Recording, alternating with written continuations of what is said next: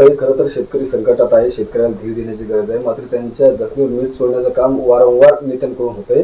परत एकदा आता शेतकऱ्यांच्या बाबतीत राधाकृष्ण विखे पाटलांनी वादग्रस्त वक्तव्य केलंय। विखे पाटील म्हणतात की शेतकऱ्यांनी सोसायट्या काढायच्या, कर्ज काढायचं, कर्जबाजारी व्हायचं, परत मग कर्जमाफीसाठी पुढे यायचं, कसं पाहता?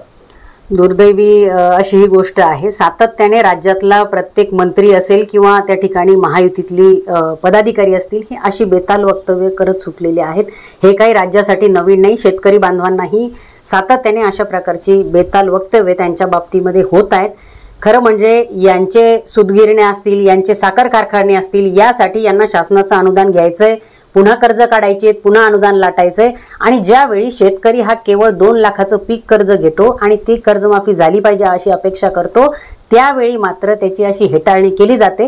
राज्याचं दुर्दैव आहे की शेतकरी विरोधी लोक ही सत्तेत बसलेली आहेत। खरं जमीन घोटाळा समोर आल्यानंतर अजितदादांनी राजीनामा दिला पाहिजे अशा पद्धतीची मागणी केली जात आहे। तुम्हाला काय वाटतं, कशा पद्धतीने या प्रकरणाकडे पाहता? कारण पार्थ पवारांवर अजूनही गुन्हा दाखल झालेला नाही। नक्कीच ज्या पद्धतीने सगळे आरोप होत आहेत, अतिशय गंभीर आरोप आहेत आणि खरंच आपल्यामध्ये जर थोडीफार नैतिकता असेल तर निश्चितच या प्रकरणामध्ये राजीनामा हा घेतला गेलाच पाहिजे। स्वतःहून नैतिकतेच्या आधारावर खरं म्हणजे अजितदादांनी राजीनामा दिला पाहिजे आणि केवळ तेच नाही तर या कंपनीचे जे भागीदार असतील त्या सर्वच भागीदारांवर या प्रकरणाचं गांभीर्य लक्षात घेऊन गुन्हे दाखल झाले पाहिजे।